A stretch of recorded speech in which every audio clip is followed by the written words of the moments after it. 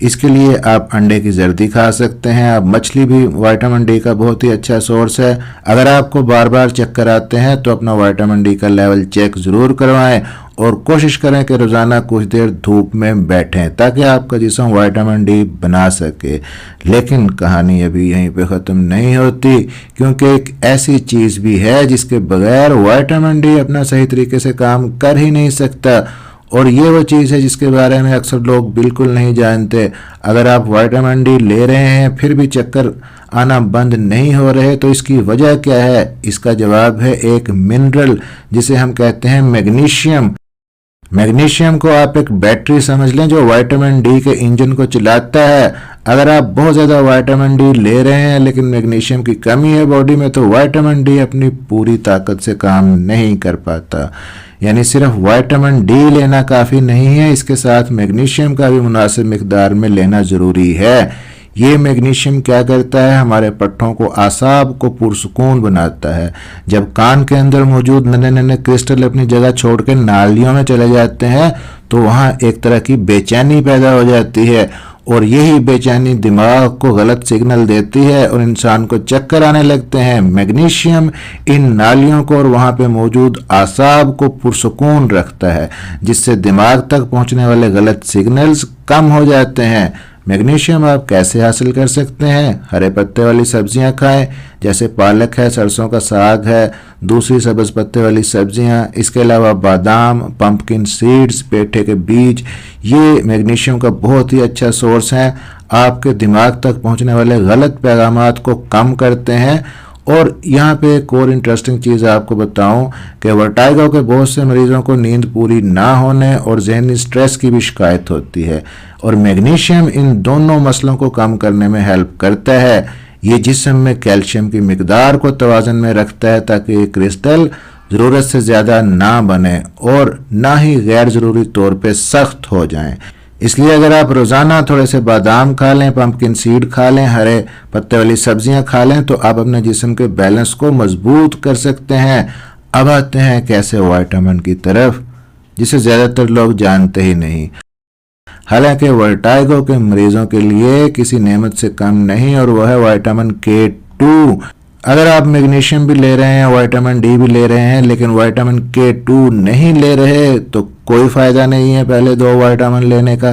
Vitamin K2 کی ذمہ داری یہ ہوتی ہے کہ جسم میں موجود کیلشیم کو صحیح جگہ پہ پہنچاتا ہے، یعنی کہ ہڈیوں تک.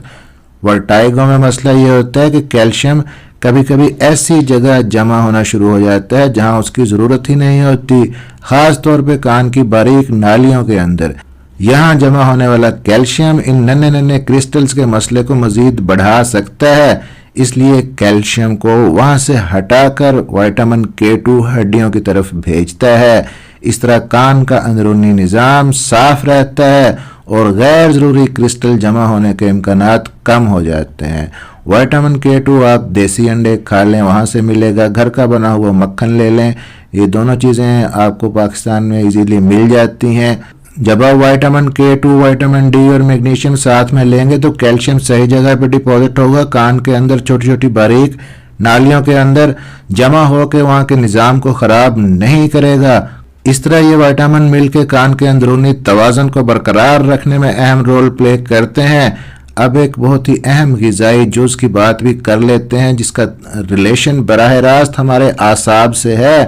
اگر آپ اسے نظر انداز کرتے ہیں تو تمام چیزیں لینے کا فائدہ نہیں ہوگا، اور اس کا نام ہے دوستو اومیگا 3. ہمارا جو دماغ ہے اور کان کے اندر جو بیلنس کا نظام ہے کافی حد تک صحت مند چکنائی پہ ڈیپینڈ کرتا ہے.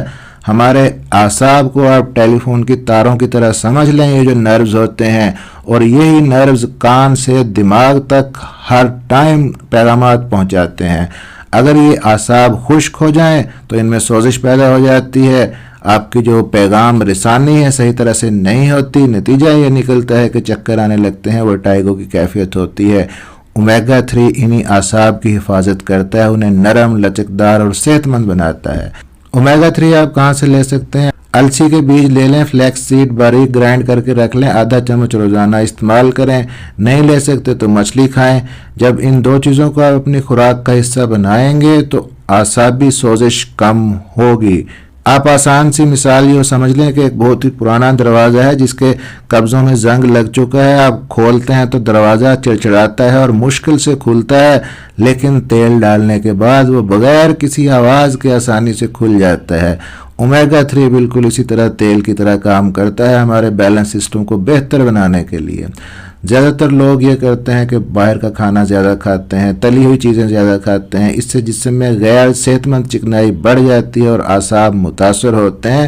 اگر آپ تھوڑی سی مقدار میں روزانہ السی کے بیج کھا لیں یا ہفتے میں 1-2 بار مچھلی کھا لیں تو وقت کے ساتھ ساتھ آپ محسوس کریں گے کہ سر پہلے سے زیادہ ہلکا لگ رہا ہے، گھومنے والی کیفیت نسبتاً کم ہو گئی ہے.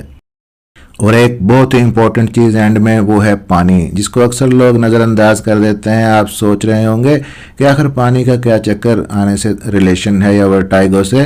تو آسان زبان میں یوں سمجھ لیں کہ ہمارے کان کے اندر باریک نالیاں ہوتی ہیں. ان نالیوں میں خاص قسم کا فلوئڈ ہوتا ہے جسے ہم لمف فلوئڈ کہتے ہیں. یہ فلوئڈ ہمارے جسم کے توازن کو برقرار رکھتا ہے، لیکن اگر جسم میں پانی کی کمی ہو جائے تو یہ فلوئڈ گاڑھا ہو جاتا ہے. جب یہ گاڑھا ہوتا ہے تو ننھے ننھے کرسٹل جو پہلے ہی اپنی جگہ سے ہل چکے ہوتے ہیں آسانی سے حرکت نہیں کر پاتے. نتیجہ یہ نکلتا ہے کہ وہاں پہ پھنس جاتے ہیں اور چکر آنے کی کیفیت بڑھ جاتی ہے. اگر آپ چاہتے ہیں کہ کان کے اندر نظام صحیح طرح سے کام کرے اور اس فلوئڈ کا دباؤ بھی بہتر رہے تو روزانہ کم از کم 8 سے 10 گلاس پانی پئیں. پانی جسم سے اضافی نمکیات کو باہر نکالتا ہے اور ہمارے کان کے اندر موجود ننھے کرسٹلز کے قدرتی توازن کو برقرار رکھتا ہے.